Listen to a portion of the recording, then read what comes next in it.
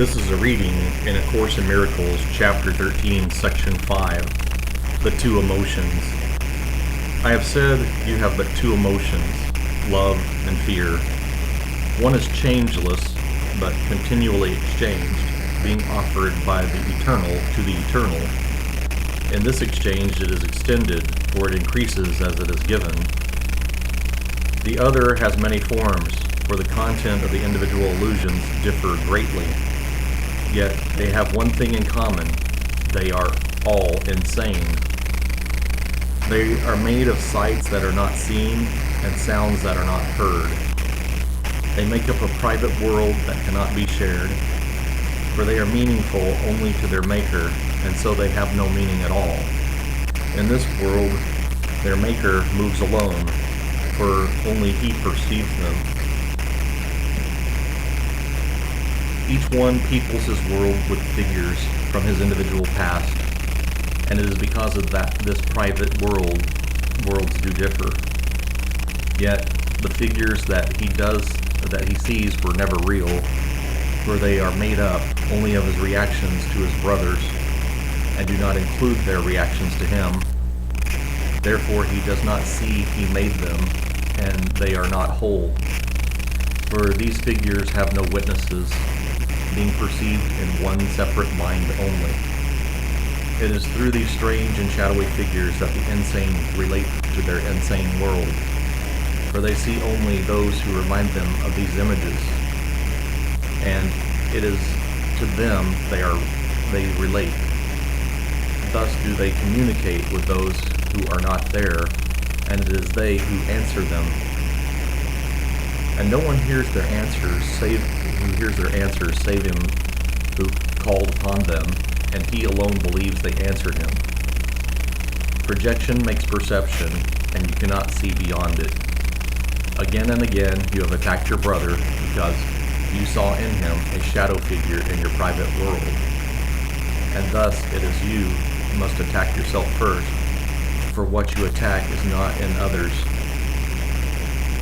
Its only reality is in your own mind, and by attacking others, you are literally attacking what is not there.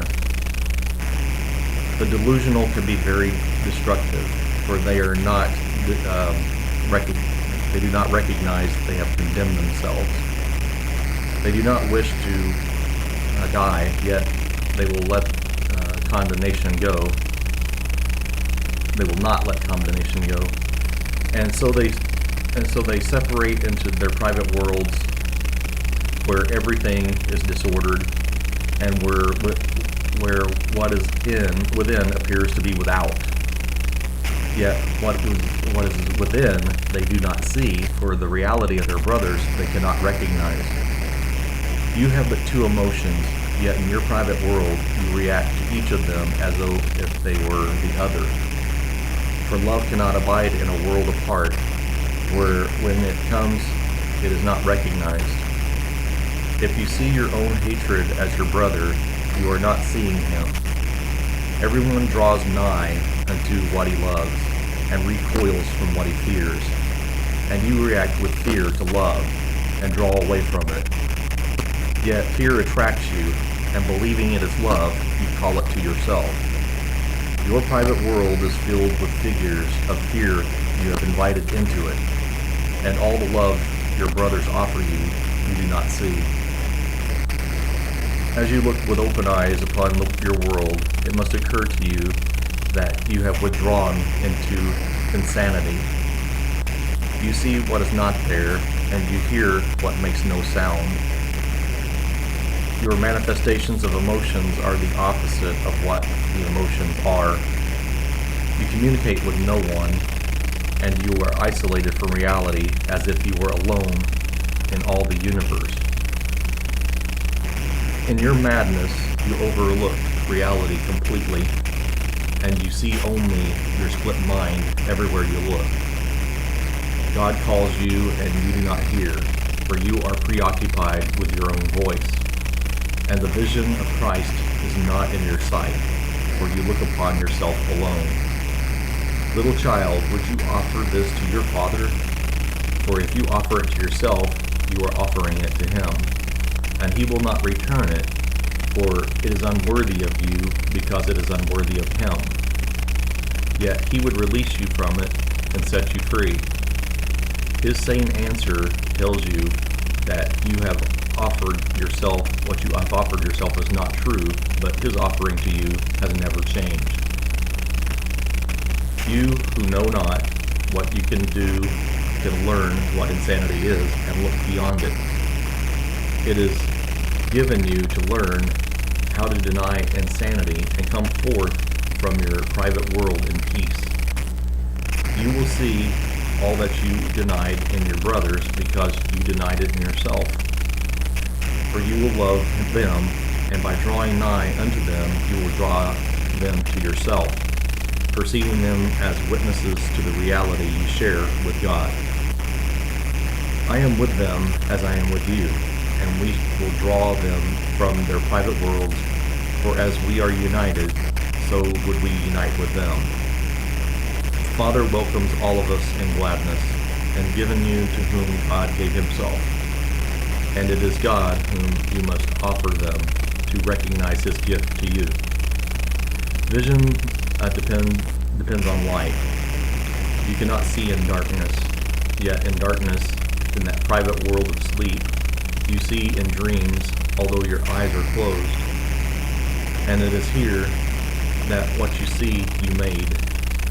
But let the darkness go, and all you made you will no longer see. For sight of it depends on denying vision. Yet from denying vision, it does not follow. What it does not follow, you cannot see. But this is what denial does. For by it you accept insanity, believing you can make a private world and rule your own perception. Yet for this, light must be excluded. Dreams disappear when light has come and you can see.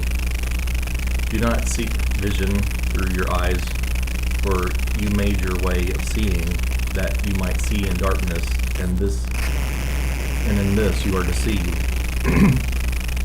Beyond this darkness, and yet still within you, is the vision of Christ, who looks on all light. Your vision comes from fear, as his from love, and he sees for you as your witness to the real world. He is the Holy Spirit's manifestation, looking always on the real world and calling forth its witnesses and drawing them to you. He loves what he sees within you, and he would extend it. And he will not return unto the Father until he has extended your perception even unto him. And their perception is no more, for he has returned you to the Father with him. You have but two emotions, and one you made, and one was given you. Each is a way of seeing, and different worlds arise from their different signs. See through the vision that is given you, for through Christ's vision he beholds himself, and seeing what he is, he knows his Father. Beyond your darkest dreams, he sees God's guiltless Son within you, shining in perfect radiance that is undimmed by your dreams. And this you will see as you look with him, for his vision is his gift of love to you, given him of the Father for you. The Holy Spirit is the light in which Christ stands revealed, and all who would behold him can see him, for they have asked for light. Nor will they see him alone, for he is no more alone than they are.